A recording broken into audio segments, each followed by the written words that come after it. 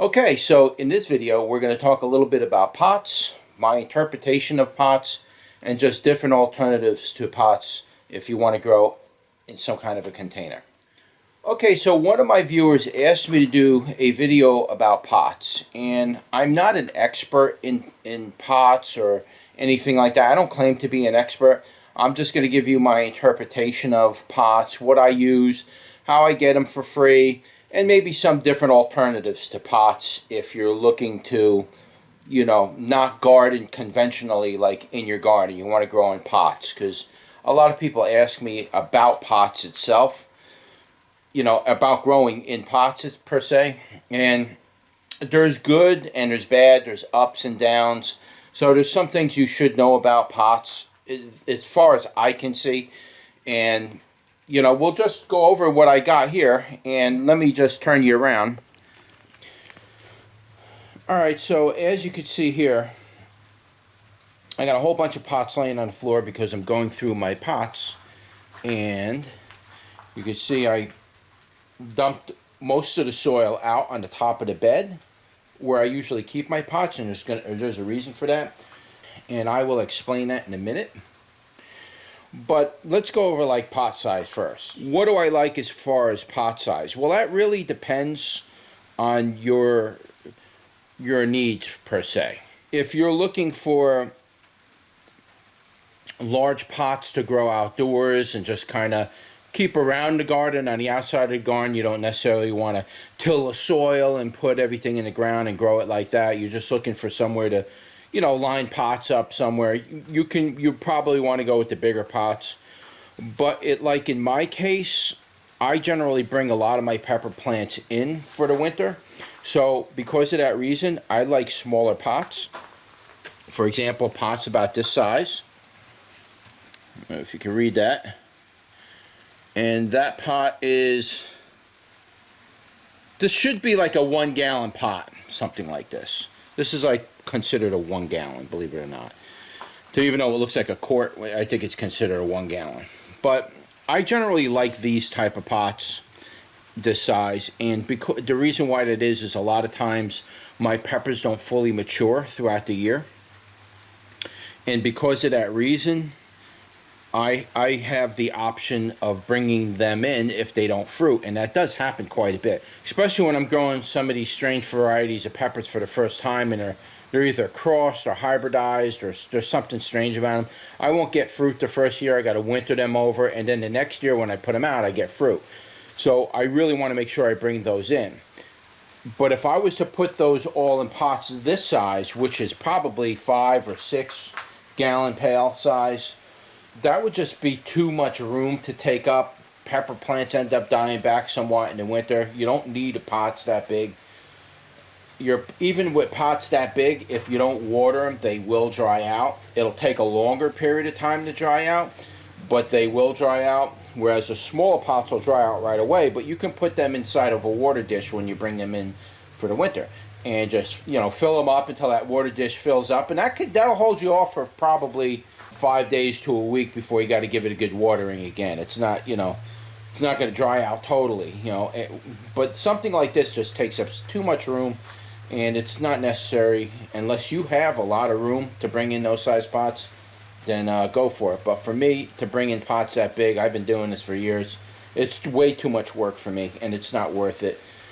I mean, it's great in springtime because I get to bring all my plants out, per se, and pepper plants are basically throwing out flowers and everything in mid to late April, if I get them out early, of course. Throwing out flowers and fruits and everything, so it's kind of a good thing. But it's sometimes it's not worth it if I have to bring in pots this size. It's just too much work. I'd rather just start over from seed and just go from there. Little pots are easy. So that's my take on pot size. It really depends on what your needs are. I mean, if you live in a zone 9 or 10 and you don't have to bring your pots in, well, and you got room and you got money for soil, well, go for it. It's better. The bigger ones are better. It's simple as that. But for me, because I have to move stuff around and really condense things, and I grow multiple varieties, if I was to fill up out of 100 varieties of peppers. If I was to do 100 varieties of peppers in pots that size, it would just, I'd never be able to fit it in my greenhouse. Impossible. Both sides of the greenhouse, that end and this end, I just wouldn't be able to do it. So these little pots allow me to grow multiple varieties, and you get smaller yields in general with those smaller pots, but you get something, you know. So that's my take on the pot sizes. Now, another thing about pots that I want to bring to your attention is you'll notice none of my pots have the watering trays on the bottom. And the main reason for that is because I want those roots to come out of the bottom of the pot. That's very, very important. Those roots need to come out of the bottom of the pot, or else the pot becomes root bound. And that's the last thing you want in your pots, is for your plants to become root bound. Because when a plant becomes root bound inside your pot and it starts curling those roots around the bottom like that, what it does is it closes off the holes for the water to evacuate out of the bottom of the pot. Then the pot starts retaining too much water at the lower end of the pot. Then that becomes anaerobic, and then it starts to rot those roots anyway. And then next thing you know, the whole plant begins to suffer and fail and ultimately die in the end. So you don't want root bounding for multiple reasons, but that's one of the reasons why you don't want root bounding. So like with these pots here, I mean, you can see all these big holes out of here. All those roots come out of that end of that pot and they travel along the bottom. The main part of the pot will hold your main soil, and all those deep roots go out looking for water and whatever else it can find for extra. It doesn't need those deep roots, but those deeper roots allow the plant to get really big inside of little pots, all right? So I can grow very large plants, 20-foot tomato plants out of a pot, out of a little 1-gallon pot, and that's why, because the roots can come out and grow. So you don't want root bound or root binding inside your pot. You're better off pulling the plant out of the pot and cutting those roots off if you plan on leaving those watering dishes in there. You need to cut those roots off because they're gonna clog up those holes. It has to drain no matter what. If it doesn't drain, it's gonna rot. It's gonna go anaerobic and it's gonna rot. You don't want that effect. Plus, root bound is also called stunting in plants and a lot of other things, you know, problems. It causes a lot of problems, so you don't want that. So that's why I don't put those little dishes down there, and I leave them out. So I let the bottom roots come out and everything else. Though sometimes in the summer, when it's really, really hot, even a pot this size can dry out by the end of the day. If it's in direct sun and everything, it just saps all that water out. So that's, you know, you kind of almost wish you could put the tray in there and let the water build up, but no, don't do that. You'll regret it down the road. Now, talked about pot size. I got you on the trays. Now, one of the main reasons I put the soil down here this year is because, like I told you earlier, there's these big holes on the bottom of the pot. I'm going to be putting, you know, plants in here that are going to get very large, but those roots, in order for that plant to get big, if I prune it, the plant's not going to get big. If it goes root bound, it's not going to get big. So what I do is I just put soil down or some kind of material down. You don't even have to put a lot of material. You know, I put a lot down here this year because the soil is basically shot. So I don't care about the deep roots. What I care about is the roots inside the pot. And so like you see me doing here, I got soil down, and then I kind of, you know, open up a little hole like that, and just put my pot in there and just close it up like that. Just enough, that's good enough for those roots to escape and for for them to grow along the bottom of the bed, and you're not going to have any major problems, you know. That's what I've been doing for a long time, many years. It works for me. Now, you don't have to use a lot of soil. I've used leaves, I've used mulch, I've used regular dirt in the ground, just something for the roots to come out and go into. They'll even come out and grow along the top of this, you know, this thing right here. They'll grow along the top of this even without anything in it. I just started adding the dirt because, well, they're going to come out anyway. Why not just give it some dirt so it covers the roots and they're not exposed to the light and everything. So that's where I started with the dirt. But you don't have to do that. I'm doing that this year, and we'll just give it a little extra growing area. So that's why that's another reason why I like to do what I do with pots. Now, another thing about pots is I like to use soil that I make. I use a soil that is called a super soil. Now, if you look up online, super soils, there's many people who do super soils, and there's many different recipes on how to do super soils. So I have my own recipe. I kind of grabbed a little bit of ideas from everybody else, and I applied them to my own little recipe, and I make my super soils, and I add them to these pots, and I don't add it to all the other material, just what's in the pot, and that's all I care about. Now, that super soil can cost me anywhere between $500 and $1,000 to make just enough soil to do the pots you see here. I don't even think it'll cover my beds. So it may cost me double that to include all my wicking beds and everything.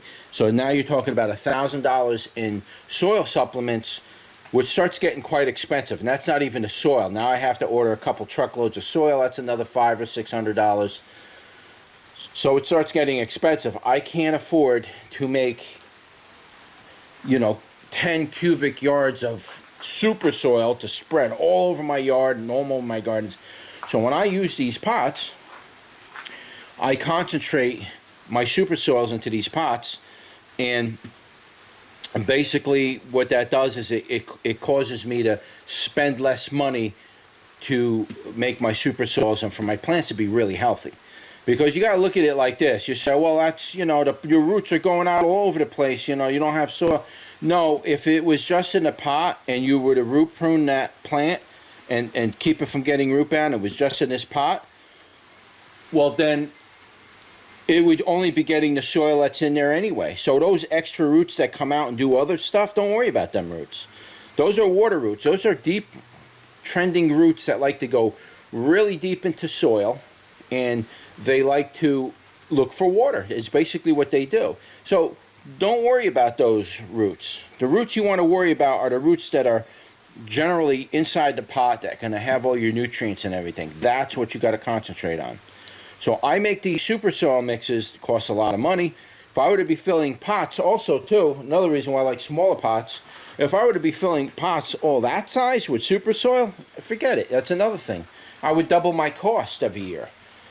Or every other year, because you only need to make super soil like once every 2 to 3 years. I pushed it last year. I got 3 years. I used it for the third year, and I didn't get good results off. So every 2 years, you want to make your super soil. But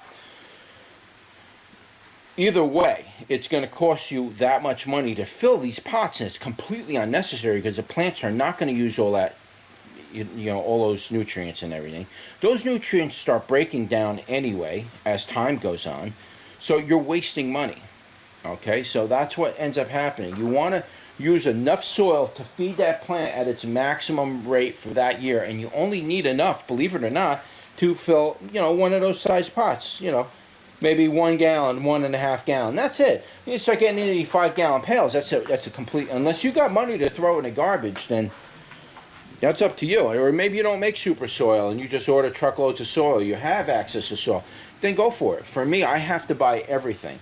I simply cannot produce enough compost for me to make soil that I need to fill my pots and my beds. It's absolutely impossible. I've tried it already. I would need like 20-foot high piles of compost for me to actually get enough compost to fill everything I use it for. It's just impossible. It doesn't work for me. So that's why I got the soil down on there. That's why I like those pots. And also too, just so you know, when I do my super soils and I put them in here, I don't feed those pots. I don't fill those pots all the way to the top. I usually leave about 1 inch or 1.5 inches down, and then I put some kind of mulch on the top. And you can use any kind of a mulch, but that just generally keeps the pot from totally drying out during the day. If you don't have anything on that pot, it will completely dry out. And just so you know that, they will dry right out on you. In the direct sunlight, they dry right out. You have to water it 3 times a day.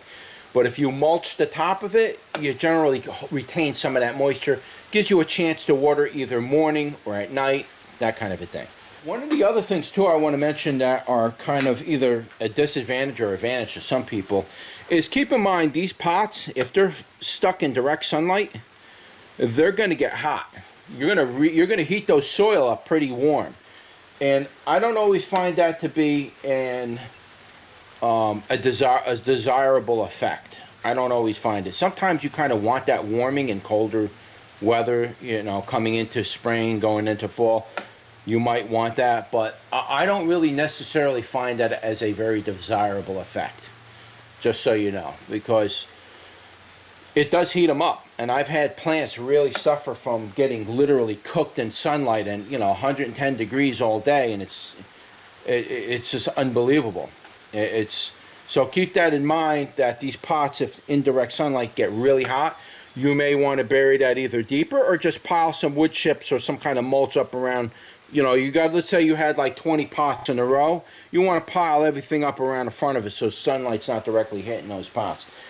You might want to do that. All right. And I'm trying to think, is there anything else about pots? Oh, if you want to get pots for free, what you can do, and this is what I do, is I go to Lowe's and I get my pots from Lowe's, and basically all these pots you see here, by the way, I got all these free except for like those pots and these big ones here. I bought those, and I bought those 10 years ago. I still have them. But if you want to get all these kind of pots for free, the landscaping pots and those nursery pots, if you want to get those for free, you just go to Lowe's. You got to go during, like right now it's too early. I was just at Lowe's. I went there to go see if, you know, they had anything that might be available or anything like that. They don't have, nothing's ready. We're just way too early. You know, maybe down south they might be ready a little bit more with their gardening area, but up here we don't get out until end of March, beginning of April. So just so you know, that's our season up here. So I went there and there was basically nothing available. The entire garden area is pretty much emptied out and everything like that. So, but if you want to get those free pots, just go to Lowe's, go to the garden area, and you usually see like one of those racks, like where they keep all the like dying plants and stuff like that. They'll put them on those racks. They push them to the side. They're usually up by the cash register, and those things will be filled with those seed tray things like that. You'll see them usually filled with those things, and you'll see all of these empty pots stacked inside of them. Go up to the cashier and say, hey, is it okay if I take some of those pots? And at least up here where I am, they're usually like, yeah, go ahead, take them. You know, that's what they're there for, you know. And not only that, they're throwing out the old pots, but a lot of people who go to Lowe's all the time to buy plants every year, a lot of those people end up bringing those pots back to Home Depot and ask them if they can, you know, if they want the pots, and Home Depot takes the pots and they add it to their pots that they got to either return back to the nursery or throw in the dumpster, whatever it may be. So you do get quite a bit, you run into quite a bit of these pots. You can get a lot of them. Believe me, I could get 10 times what you see here. It's just, I don't need them anymore. I have so many pots as it is now. I'm beyond my full usage. I got pots even under here. All the way under, you know. So yeah, you can get all your stuff that you need from Lowe's. You don't necessarily need to go out and buy them. Now, if you're looking for pots that, you know, you're really worried about the aesthetics, you got a really nice area and everything like that, and you want to look sharp for your neighbors and all, well, then you're probably going to want to buy your pots then, if that's the case. But for functional purposes, like what I do, you know, just wild gardening and just growing as much as I can, I don't really care about aesthetics. I just want the plant to grow good. That's how I am. I'm trying to reduce my food bill because food is really going up in price, especially the vegetable area, and it's just absolutely getting ridiculous. I need to cut my costs somehow, and I need good, nutritious food. The food you're eating in the store is garbage. I'm going to be straightforward with you. That food that you're eating in the store is garbage. You might get away with the lettuce, but everything else is basically nutrient deficient. And you want to eat good food, you know, you're going to have to put some money into it, and you're going to put some work and labor, and you're going to have to grow it yourself. But that's a side note. what I'm trying to get to here is the pots. If you want to get them free from Lowe's, that's what you would do. And I don't know. Let me see. Is there anything else? Oh, the terracotta pots. Generally stay away from terracotta or those clay pots. Yeah, generally stay away from those. I don't recommend them. They tend to dry out your pots right away. I mean, they dry out quick. Your plants, unless you're going to sit that thing in like a bowl of water, but then you start getting into that root binding problem. See, that's where you're going to have to make your decisions. But my recommendation is to just simply stick with these free pots that you can get from Lowe's or Home Depot. I don't know about Home Depot, but I know at Lowe's I could do it. But yeah, you should be able to do it with Home Depot too. Stay away from the clay pots and you should be good. Now, your other alternative too, if you really want to, go big and all that stuff, and you want to go, you could go with the 5-gallon pails if you want. You don't have to fill a 5-gallon pail up all the way to grow a plant in it, You don't have to. A lot of people just do it automatically, but you can go to 5-gallon pail route. You could go do the self-watering container. I have videos on how to do that. You can go that route with the water on the bottom and all that. You could try that, see if you like that system. It really depends on your needs and what you're looking for. So I'm going to be doing a video on my super soil soon, so you may want to check that out. It's going to be a pretty good video. It's going to be kind of long because I got to go over a lot of the ingredients and a lot of technical stuff involved with it, so I will be shooting a video on that, so you may want to check that out, especially if you're going to be growing in pots. You're going to want to look into this mix. Also, too, you can see back there, I got all my wicking beds back there. You could go that route if you want. I'm not a big fan of these big wicking beds. And there's a reason for that is that's like a communal gardening where the bed is big enough to put several different plants or species in it, and it's kind of like a small community within that bed.